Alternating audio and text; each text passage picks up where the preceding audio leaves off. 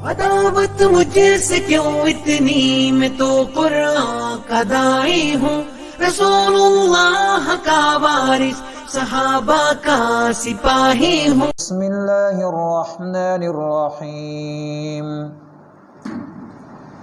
فَأَمَّا الْإِنسَانُ إِذَا مَا ابْتَلَاهُ رَبُّهُ فَأَكْرَمَهُ وَنَعَّمَهُ فَيَقُولُ رَبِّي أَكْرَمَنِ، وَأَمَّا إِذَا مَا ابْتَلَاهُ فَقَدَرَ عَلَيْهِ رِزْقَهُ فَيَقُولُ رَبِّي أَهَانَنِ۔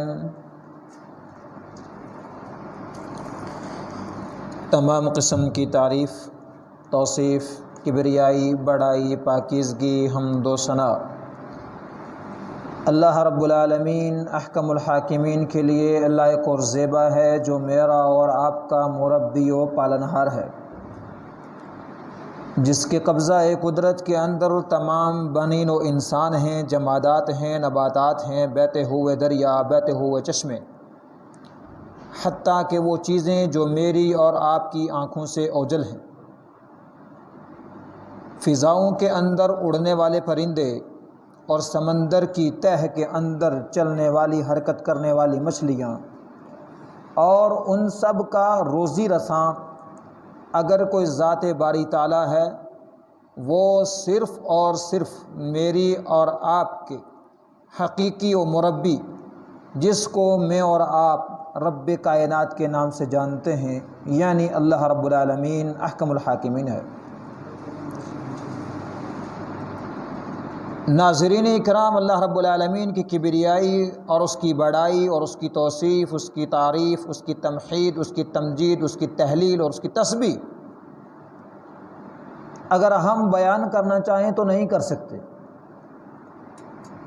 میری اور آپ کی ساری زندگی اللہ رب العالمین کی کسی ایک نعمت کا بھی شکر ادا کرنا چاہے تو نہیں کر سکتی۔ ہم اگر اس کی شکر آوری کریں تو نہیں کر سکتے۔ کیوں؟ اس لیے کہ اس کی نعمتیں ہم پر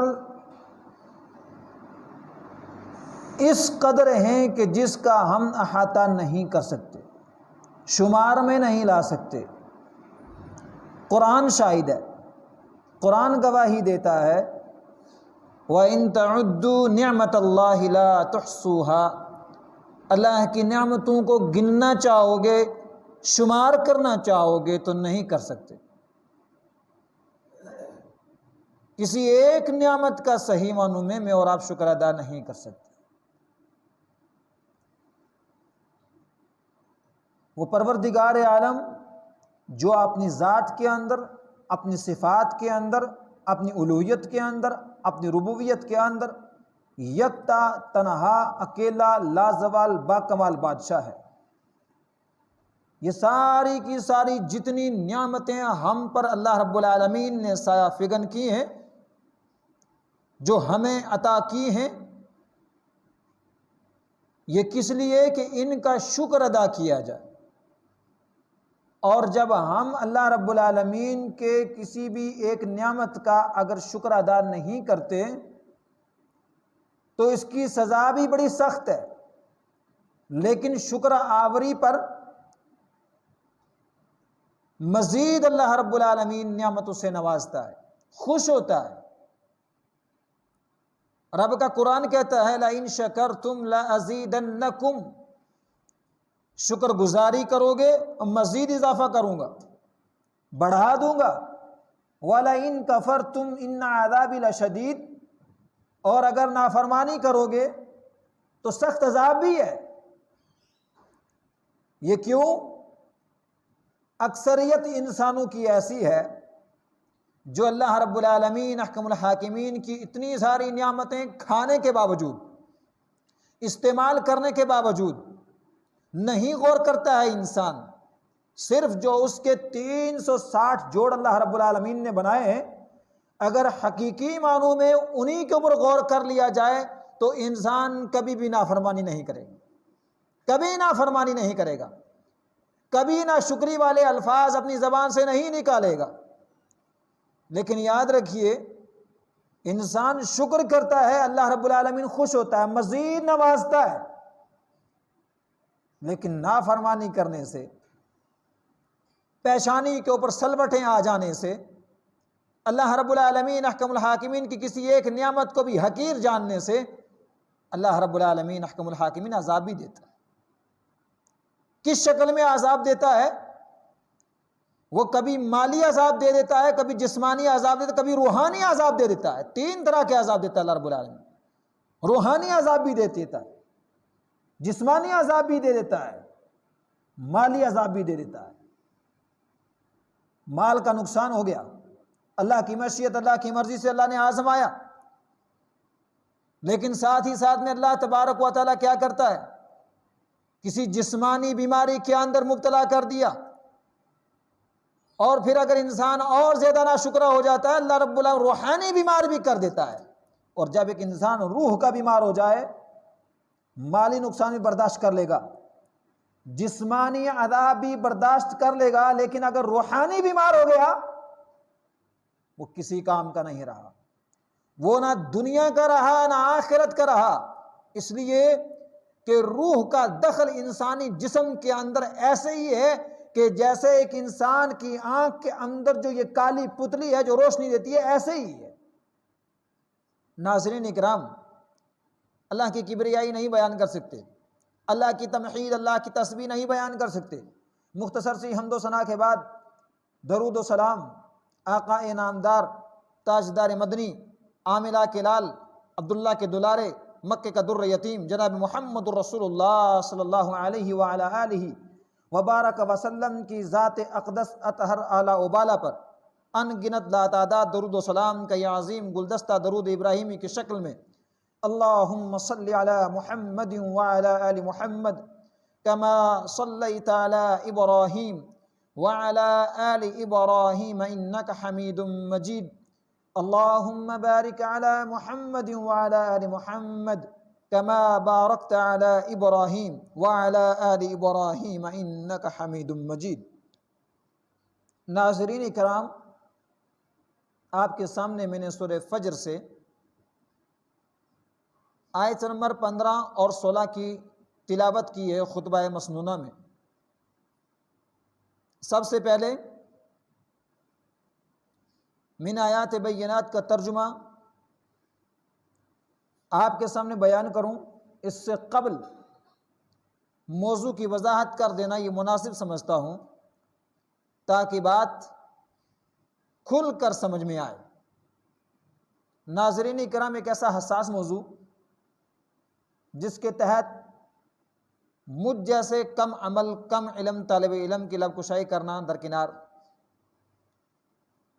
وہاں تک پہنچنا میری بساط تو نہیں ہے، لیکن اپنے ناقص علم کے مطابق انشاءاللہ آپ کے سامنے چیدہ چیدہ باتیں رکھی جائیں گی۔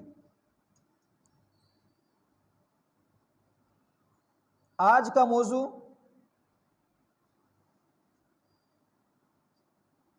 دل کا بگاڑ، اور دل کے بگاڑ میں سب سے پہلا عمل انسان کی زندگی میں جو آتا ہے وہ عیش پرستی۔ دل کے بگاڑ میں سب سے پہلا عمل عیش پرستی، یہی وہ ایک بنیادی وجہ ہے کہ جس کی وجہ سے انسان دنیا کو حاصل کرنے کے چکر میں اپنی اخروی دائمی زندگی کو بھلا دیتا ہے، بھول جاتا ہے، منہ کو موڑ لیتا ہے، روگردانی اختیار کر لیتا ہے، لیکن دنیا اس کو اتنی ہی ملتی ہے کہ جتنا اس کے رب نے اس کے مقدر میں لکھ دیا گیا، اس کی سوچ کے مطابق نہیں، جو اس کی تقدیر میں لکھا گیا ہے وہی ملے گا۔ عیش پرستی کو عربی زبان کے اندر جو ایک لفظ استعمال ہوا ہے وہ لفظ طرف کا استعمال ہوا ہے۔ عیش پرست اور اسی طرح سے اس کے لغوی معنی ہے اتعرف فلان فہو مترف، فلاں شخص عیش پرست ہے اور عیش پرستی کی زندگی گزار رہا ہے۔ اور ایسے اس کے اصطلاحی معنی کیا ہے؟ نعمتوں کے اعتبار سے انسان اعتدال سے زیادہ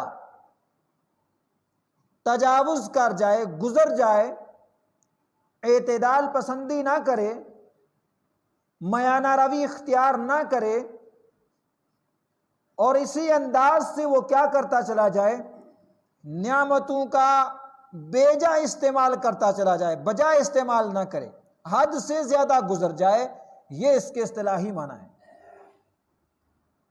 ناظرین اکرام، عیش پرستی خاص طور سے بندہ مومن کی زندگی میں ایک ایسا زہر ہے جو بندہ مومن کو، بندہ مسلم کو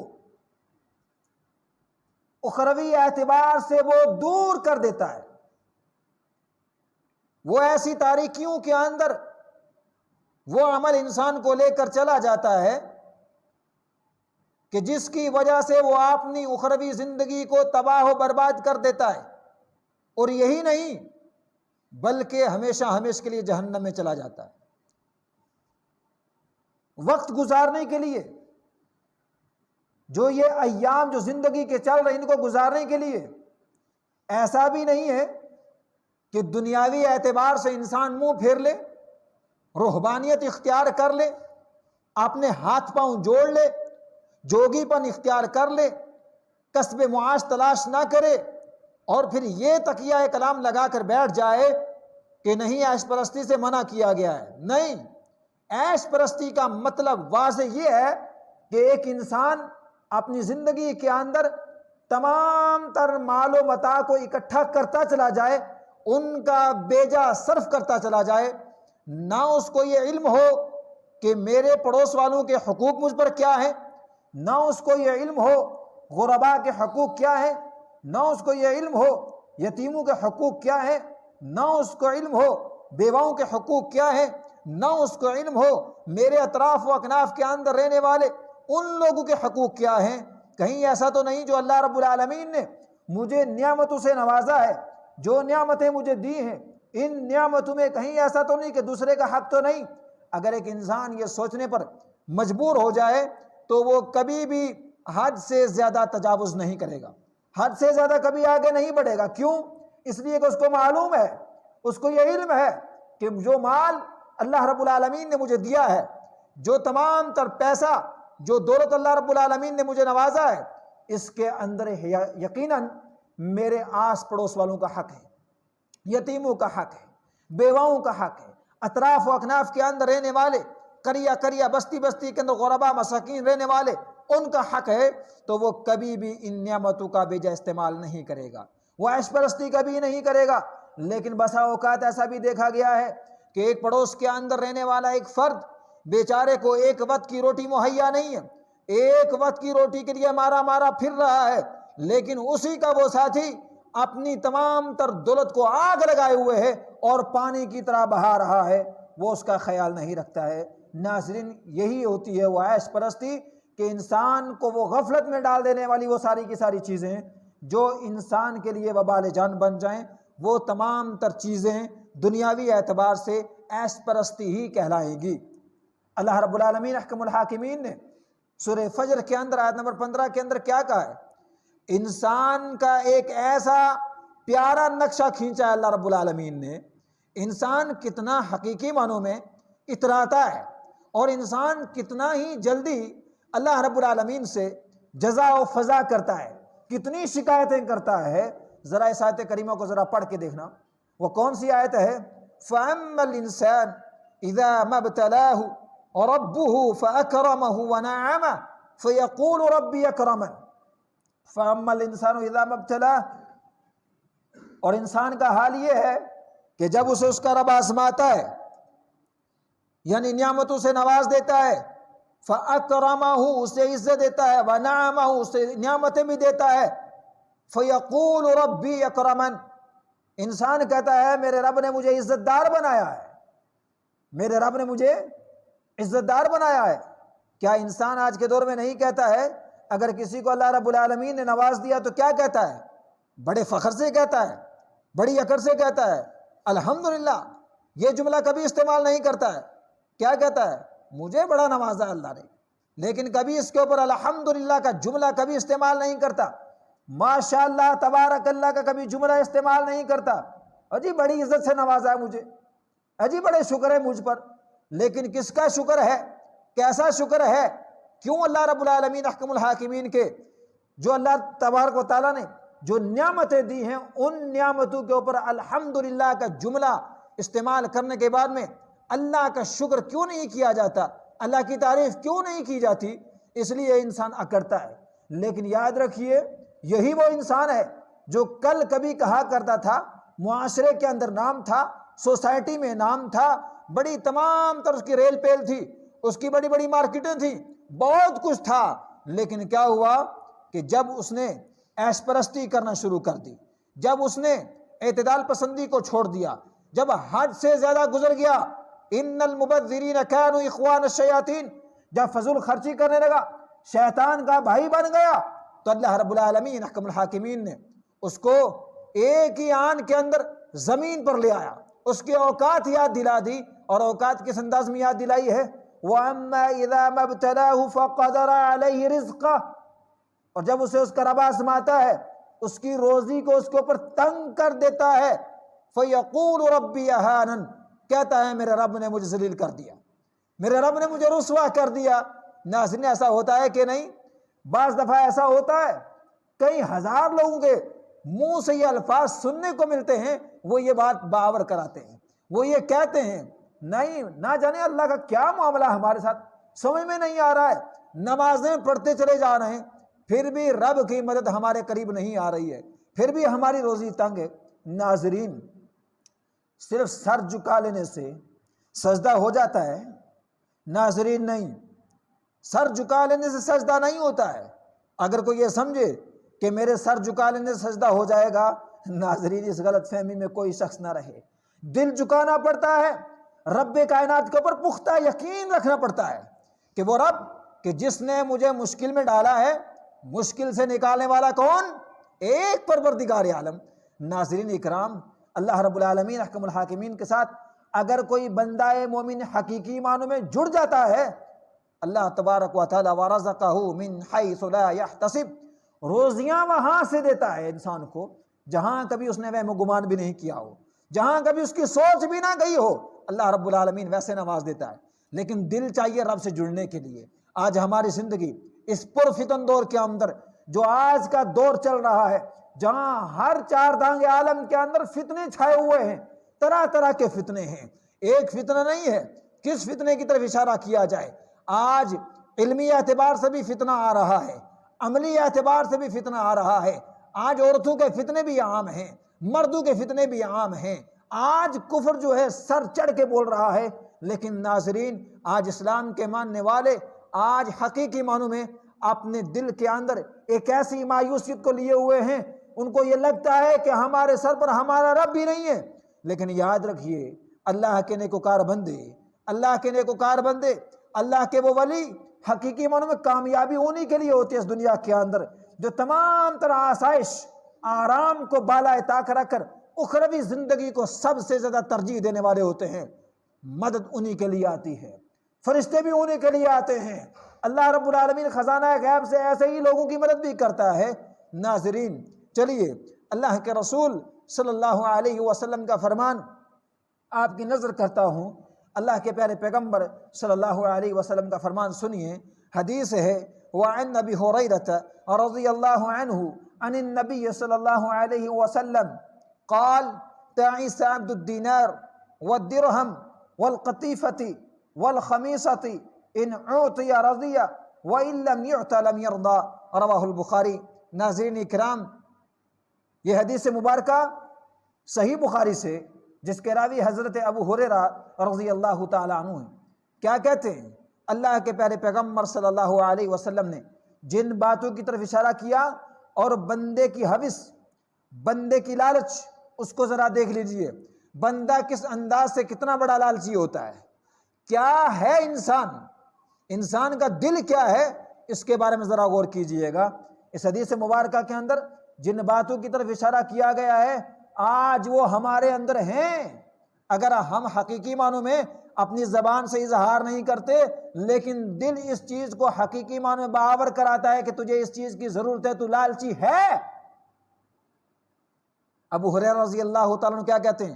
اللہ کے پیارے پیغمبر صلی اللہ علیہ وسلم نے فرمایا تعیس عبد الدینار، پیسے کا بندہ ہلاک ہو گیا، پیسے کا بندہ ہلاک، دینار کا بندہ ہلاک ہو گیا، والدرہم، درہم کا بندہ بھی ہلاک ہو گیا، والقطیفہ، چادر کا بندہ ہلاک ہو گیا، والخمیسہ، کمبل کا بندہ ہلاک ہو گیا۔ ان اعطی رضیہ، دے دیا جائے تو خوش ہو جاتا ہے، وَإِن لَمْ يُعْتَ لَمْ يَرْضَى، نہ دیا جائے ناراض ہو جاتا ہے۔ کیا مطلب ہے حدیث رسول صلی اللہ علیہ وسلم کا؟ ناظرین، انسان کو اگر کچھ دے دیا جائے انسان پجاری ہوتا ہے پیسے کا۔ آج اس دنیا کے اندر سب سے زیادہ اگر دوڑ لگائی جا رہی ہے پیسہ، پیسہ، اس کے علاوہ کچھ نہیں۔ دنیا میں یہ انسان اس قدر دولت کے پیچھے جا رہا ہے، آنکھ کھولنے کے بعد میں اس دور پر فتن کے اندر دوڑ لگا رہا ہے دنیا میں سبقت حاصل کرنے کے لیے، کامیابی حاصل کرنے کے لیے۔ ناظرین، یہ کامیابی نہیں ہے۔ پیسہ کیا کاغذ کا ٹکڑا ہے، میری اور آپ کی ضرورت سمجھا ہے، میری اور آپ کی ضرورت ہے، اس کو حقیقت نہ سمجھا جائے۔ یہ آج ہے تو کل نہیں ہے، لیکن کیا ہے، انسان کے پاس اگر رہنے والی اگر کوئی چیز ہے ہمیشہ کے لیے تو وہ کیا ہے؟ نیک عمل ہے انسان کی زندگی کا، جو اس کی اپنی پاکٹ کے اندر رکھا ہوا ہے۔ اور وہ عمل کیسا عمل؟ عقیدہ توحید والا عمل۔ وہ عمل کیسا عمل؟ رسول اکرم صلی اللہ علیہ وسلم کے فرمان کے مطابق عمل۔ وہ عمل کہ جب انسان دنیا سے رخصت ہو، ٹھیک ہے دنیا گزر گئی، گزر جانی ہے، کوئی بات نہیں، چلے جائیں گے دنیا کو چھوڑ کر، لیکن جب آگے جائیں گے تو کیا ہوگا؟ جب معلوم ہوگا کہ یار ہم نے یہ نیکیاں کی تھیں، ہم نے کسی کے ساتھ بھلائی کا یہ کام کیا تھا، ہم نے دنیا سے بے رغبتی اختیار کی تھی، اللہ رب العالمین نے عزت سے نوازا ہے۔ حقیقی معنوں میں وہ عمل جب میری اور آپ کی زندگی کے سامنے آئیں گے۔ ایک انسان کو کبھی زندگی کے اندر پیسے کا پجاری کبھی نہیں ہونا چاہیے، اپنی ضرورت کے اعتبار سے اس کو حاصل کرنے کی کوشش بھی کرنی چاہیے، لیکن ایسا نہیں کہ منہ مود لیا جائے اور دوسروں کا محتاج ہو جائے۔ ناظرین اکرام، اسی طریقے سے اگر اس کو کچھ کمبل وغیرہ، اس کو چادر وغیرہ دے دیا جائے تو وہ اسی کا پجاری بن کے رہ جاتا ہے، وہ اس کا بندہ بن کے رہ جاتا ہے کہ سب کچھ اسی کو سمجھ بیٹھتا ہے۔ اس وجہ سے اللہ کے رسول صلی اللہ علیہ وسلم نے فرمایا ہے کہ بندہ ہلاک ہو گیا، پیسے کا، درہم کا، چادر کا، کمبل کا دے دیا جائے تو خوش ہو جاتا ہے اور نہ دیا جائے تو ناراض ہو جاتا ہے۔ یہ ہے انسان جو حقیقی معنوں میں اپنی اوقات کو دنیا کے سامنے رکھتا ہے کہ میری اوقات یہ ہے۔ ایک بندہ مومن اس کے برعکس ہوتا ہے، ایک بندہ مومن حقیقی معنوں میں اس کے بالکل ریفلیکشن اس کا الٹا ہوتا ہے۔ کیوں؟ اس لیے کہ اللہ کے رسول صلی اللہ علیہ وسلم کا ایک اور فرمان سنیے، بڑی طویل حدیث ہے لیکن طویل حدیث کے ذرا جملے بھی سنیے۔ اللہ کے پیارے پیغمبر صلی اللہ علیہ وسلم نے فرمایا ہے خرج زید بن ثابت رضی اللہ عنہ سألنا فسألته سألنا عن اشیاء رسول اللہ صلی اللہ علیہ وسلم سمعت رسول اللہ صلی اللہ علیہ وسلم یقول۔ حضرت زید بن ثابت رضی اللہ تعالی عنہ کیا کہتے ہیں کہ حضرت مروان صحیح ٹھیک دوپہر کے وقت باہر نکلے اور حضرت مروان کہتے ہیں کہ میں نے یہ پوچھا کہ ضرور کوئی نہ کوئی مسئلہ پوچھنے کے لیے ان کو ضرورت پڑی ہے، یہ اس لیے باہر آئے ہیں۔ فسألنا عن اشیاء رسول اللہ صلی اللہ علیہ وسلم، حضرت مروان کہتے ہیں کہ جن چیزوں کے بارے میں مجھ سے پوچھا گیا تھا وہ چیزیں کون سی تھیں؟ وہ چیزیں یہ تھیں کہ اللہ کے پیارے پیغمبر صلی اللہ علیہ وسلم نے ہمیں کچھ بتایا، ہمیں آگاہ کر دیا، اور آگاہ کرنے کے بعد اللہ کے پیارے پیغمبر صلی اللہ علیہ وسلم فرمایا، وہ کہتے ہیں حضرت مروان رضی اللہ تعالیٰ عنہ کہتے ہیں کہ اللہ کے پیارے پیغمبر صلی اللہ علیہ وسلم نے کہا من کانت الدنیا، کہ جو شخص دنیا چاہنے والا ہو، ہمہ فرق اللہ علیہ وجعل امرہ عینین، کہ جو شخص دنیا کا لالچی ہو، اللہ رب العالمین کیا کرتا ہے، اس کے تمام تر معاملات کو اس کے اوپر پراگندہ کر دیتا ہے، تنگ کر دیتا ہے اس کی زندگی کو۔ وجعل فقرہ بین عینیہ، اس کی تنگ دستی کو اس کی نگاہ کے سامنے کر دیتا ہے۔ جو انسان دنیا چاہنے والا ہوتا ہے، جو دنیا ہی کو سب کچھ سمجھ بیٹھتا ہے، اس کی نگاہوں کے ساتھ فقرہ بین عینیہ، اس کی تنگ دستی کو بڑھا دیتا ہے اور اس کے تمام تر معاملات کو الٹا کر دیتا ہے، الجھ جاتا ہے انسان۔ کوئی اس کو چیز سوچتی نہیں ہے، دماغ میں کوئی اچھی چیز آتی نہیں ہے، ڈگمگا جاتا ہے۔ کیوں؟ دنیا کو ترجیح دی ہے۔ اللہ کے پیارے پیغمبر صلی اللہ علیہ وسلم فرماتے ہیں کہ اس کو دنیا اتنی ہی ملتی ہے جتنا اس کے نصیب میں لکھ دیا گیا ہے۔ اور اس کے بعد اللہ کے پیارے پیغمبر صلی اللہ علیہ وسلم فرماتے ہیں وَمَنْ كَانَتِ الْآخِرَةُ نِيَّتُهُ جَعَلَ اللَّهُ لَهُ قَلْبَهُ غِنَاءَهُ، کہ جو شخص اخروی زندگی کو چاہنے والا ہے، اللہ رب العالمین اس کے دل کو غنا سے بھر دیتا ہے، اس کے دل کو دولت سے بھر دیتا ہے، اس کے دل کو بے نیاز کر دیتا ہے، فقر و فاقہ اس کی زندگی کے اندر نہیں رہتا ہے۔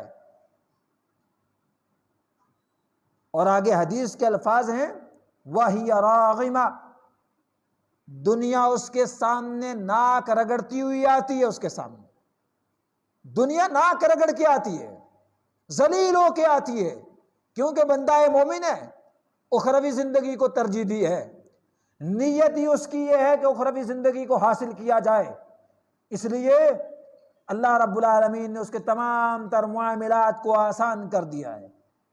آپ کی زندگی میں بھی، میری زندگی کے اندر بھی بہت سارے ایسے اشخاص ہمیں ملتے ہیں اور ملتے رہیں گے، اللہ کے نیکوکار بندے، کہ جن کے معاملات سارے کے سارے سبرے ہوئے ہیں، سدھرے ہوئے ہیں، اس لیے کہ ان کی نیت صرف اور صرف یہ رہتی ہے اخروی زندگی کو ترجیح، نیک اعمال دنیا کے اندر، دنیا کو سب کچھ نہیں سمجھنا، جو پونجی اللہ رب العالمین نے حلال دی ہے اس میں سے دنیا والوں کے حقوق، اہل زمین کے حقوق ادا کرنا اور اپنے اعمال میں اضافہ کرنا، اخروی زندگی کو حاصل کرنا۔ ان کے چہرے بھی بڑے حشاش و بشاش رہتے ہیں، بڑے تر و تازہ چہرے رہتے ہیں، لیکن آپ کی اور میری زندگی میں وہ لوگ بھی ہم نے دیکھے ہیں جو حقیقی معنوں میں رات کو نیند کی گولیاں کھا کے سوتے ہیں، نیند نہیں آتی ہے، اربوں پتی ہیں، بڑی ریل پیل ہے مال کی، بہت کچھ ہے ان کے پاس، لیکن سکون نہیں ہے۔ کیوں؟ شکایت کرتے ہیں سکون نہیں ہے۔ کوئی علاج ہے مؤثر جو بتا دیا جائے؟ کہتے ہیں سکون چھن گیا ہے۔ آج ہم ڈائبٹیز کے مریض ہیں، آج ہم اتنے پریشان ہیں، ہم دکھی ہیں، تکلیف میں ہیں، پریشانی کا عالم یہ ہے کہ ہم کیا کریں۔ وہ یہ نسخے پوچھتے ہیں، کیا کہتے ہیں کہ ذرا سکون کی کوئی دعا بھی ہے۔ آج ہم رات کو جب سوتے ہیں نیند نہیں آتی ہے بستر مرگ پر، ہم سو جاتے ہیں، نیند کی گولیاں کھانی پڑتی ہیں۔ اللہ تبارک و تعالیٰ نے ایسے لوگوں کے اوپر کتنا بڑا عذاب مسلط کیا ہوتا ہے۔ نیند کتنا بڑا سکون ہے، کتنی بڑی عظیم نعمت ہے اللہ تبارک و تعالیٰ کی۔ سوکھی کھا لی ہے لیکن حلال کھایا ہے، لوگوں کے حقوق نہیں چھینے، غصب نہیں کیا ہے، لمبی چوڑی سوچ نہیں ہے، لوگوں کی جیبوں کے اوپر کبھی ڈاکہ نہیں ڈالا ہے۔ وہ بیچارہ روکھی سوکھی کھا کے، اللہ تبارک و تعالیٰ کی عبادت کر کے، اپنے خون پسینے کی کمائی کر کے رات کو آرام سے سو جاتا ہے، صبح کو پھر اٹھتا ہے، پھر اللہ رب العالمین احکم الحاکمین نے بتلائے ہوئے طریقے کے مطابق اپنی زندگی کو گزارتا ہے۔ اس کی زندگی کا سکون، اس کی جسمانی طاقت، اس کی روحانیت دیکھیے۔ آئیے ایک حدیث آپ کے سامنے اور ہے، عن عبد الله بن عمر رضي الله عنهما قال أخذ رسول الله صلى الله عليه وسلم بمنكبي فقال كن في الدنيا كأنك غريب أو عابر سبيل. وكان ابن عمر يقول إذا أصبحت فلا تنتظر الصباح إذا أمسيت فلا تنتظر المساء وخذ من صحتك لمرضك ومن حياتك لموتك. رواہ البخاری. ناظرین اکرام، حضرت عبداللہ بن عمر رضی اللہ عنہما کیا کہتے ہیں؟ اللہ کے پیارے پیغمبر صلی اللہ علیہ وسلم نے ایک مرتبہ میرا کندھا پکڑا اور فرمایا کن فی الدنیا کأنک غریب او عابر سبیل. عمر، دنیا کے اندر ایسا رہو کہ جیسے کوئی اجنبی آدمی ہے یا کوئی راستے سے گزرنے والا انسان ہے، مسافر ہے. اس طریقے سے دنیا گزارو. وَكَانَ ابن عمر یقول رضی اللہ عنہ، حضرت ابن عمر رضی اللہ تعالیٰ عنہ کہا کرتے تھے اذا اصبحت فلا تنتظر المساء، کہ جب تم صبح کرو تو شام کا انتظار نہ کرو. وَإِذَا أَمْسَيْتَ فَلَا تَنْتَظِرِ الصَّبَاحَ، شام کر لو تو صبح کا انتظار کبھی مت کرنا. وَخُذْ مِنْ صِحَّتِكَ لِمَرَضِكَ، بیمار ہونے سے پہلے اپنی صحت کو غنیمت سمجھ لو. وَمِنْ حَيَاتِكَ لِمَوْتِكَ، اپنی موت سے پہلے اپنی زندگی کو غنیمت سمجھ لو. یہ فرمان تھا اللہ کے پیارے پیغمبر صلی اللہ علیہ وسلم کا. بیماری سے قبل انسان اپنی زندگی کے اندر اتنے نیک اعمال کر لے جو اس کو بیماری کے اندر بھی کفایت کر جائے. اور انسان اپنی زندگی کو جو اللہ رب العالمین نے دی ہے موت سے پہلے غنیمت سمجھ لے، عیاش پرستی نہ کرے.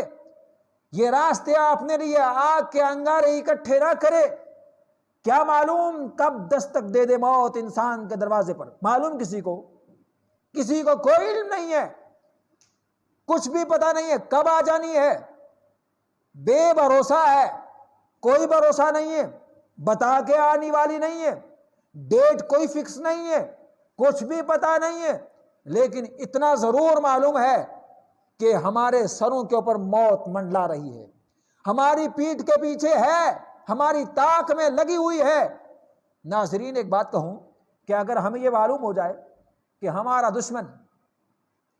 دشمن ہم پر حملہ آور ہونے والا ہے، اس کی لوکیشن بھی ہمیں معلوم ہو جائے، پتہ چل جائے کہ وہ ہتھیاروں سے لیس ہے اور ہماری ہی سمت آ رہا ہے اور آج ہماری جان لینے کو ہے، ہم کیا کریں گے؟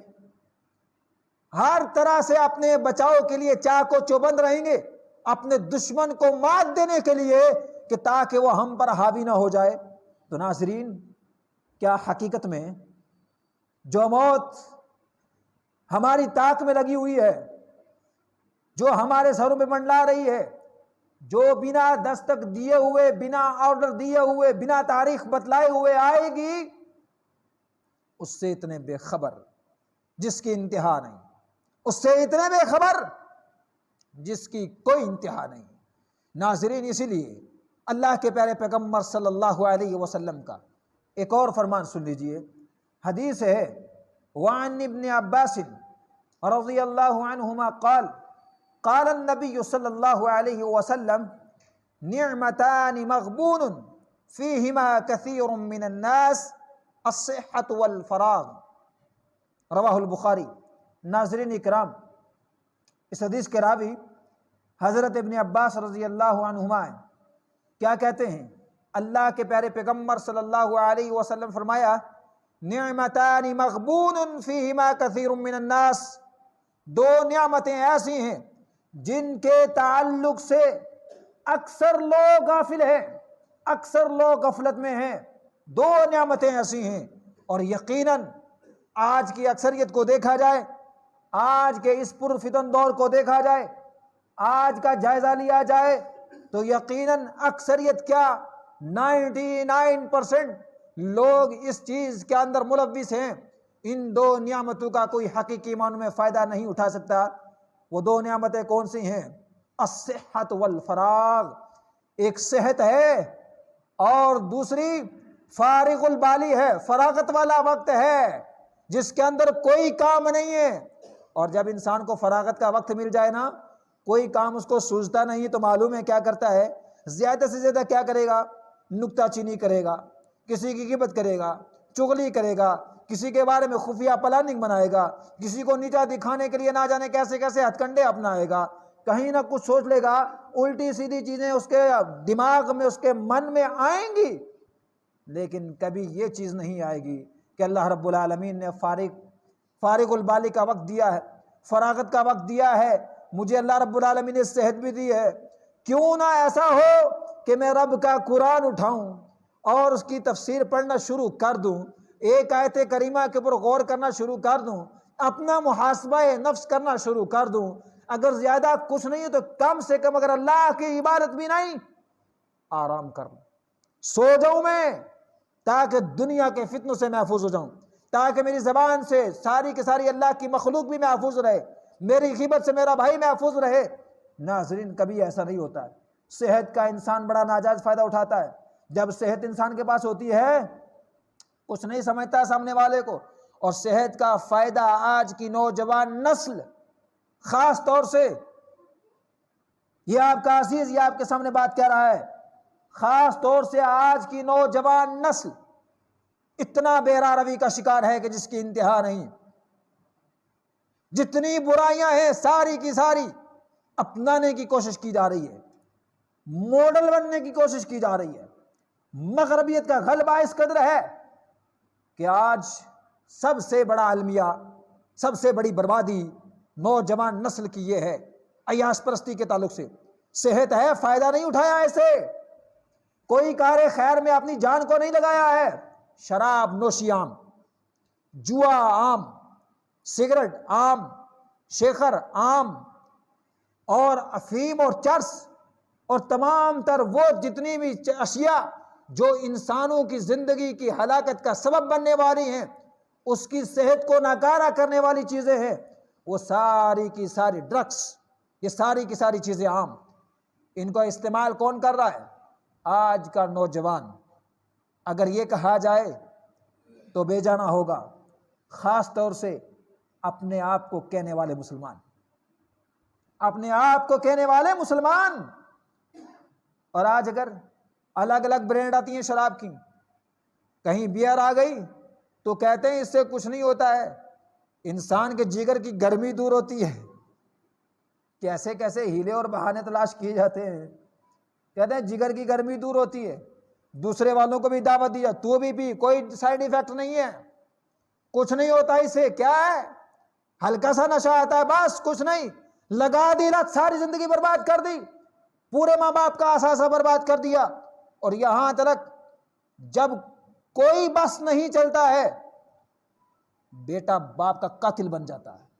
ناظرین، یہ ایسی چیزیں دیکھنے کو ملی ہیں، اور جب یہیں پر بس نہیں چلتا، جائیدادیں ساری کی ساری نیلام ہو جاتی ہیں، برباد ہو جاتی ہیں عیاش پرستی کے اندر۔ لیکن نوجوان، خاص طور سے مسلم نوجوان، ناظرین نوجوانوں کو خاص طور سے بڑے ہی ہوش و حواس سے کام لینا ہے اس دور پرفتن کے اندر۔ عیاش پرستی سے اپنے آپ کو بالائے طاق رکھنا ہے، اپنی جانوں کی قربانی دینی ہے تو کس کے لیے دینی ہے؟ ایک اللہ کے قرآن کے لیے، جناب محمد رسول اللہ صلی اللہ علیہ وسلم کے فرمان کے لیے دینی ہے۔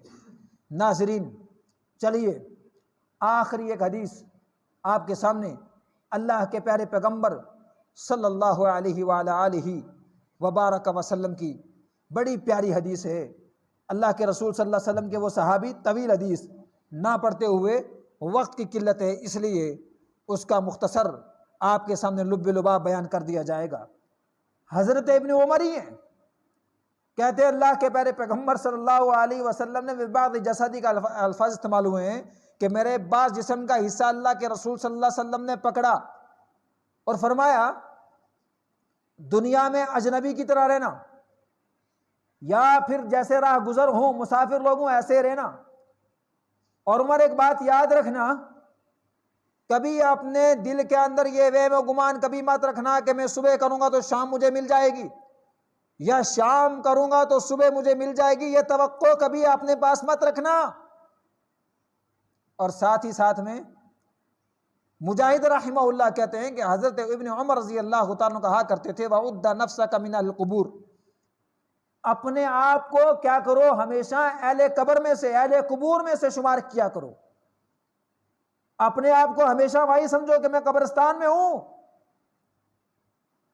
ناظرین یہی نہیں، حضرت ابن عمر رضی اللہ تعالیٰ عنہ کیا کہتے ہیں کہ اللہ کے پیارے پیغمبر صلی اللہ علیہ وسلم فرمایا جو جملہ حقیقی معنوں میں میرے دل کی دھڑکن کو تیز کر دیتا ہے، نہ جانے کل تمہارا نام کیسا ہو، نہ جانے کل تمہارا نام کیسا ہو۔ مطلب کیا، آج ایک انسان کو بڑے عزیز بڑے پیارے نام سے پکارا جا رہا ہے، لیکن کل اس کا نام سب سے پہلے چھن گیا۔ سب سے پہلے جب انسان کا انتقال ہوتا ہے کیا چھن جاتا بھائی؟ کیا ہے ہمارے پاس؟ نام چھن جاتا ہے نا۔ جب نام چھن گیا تو کس چیز سے پکارا جائے گا؟ میت کے نام سے پکارا جائے گا۔ جب میت کے نام سے پکارا جائے گا ناظرین، میری اور آپ کی اوقات یہ ہے کہ ہمارا سب سے پہلے نام ہی چھن گیا، یہ ہے ہماری اوقات۔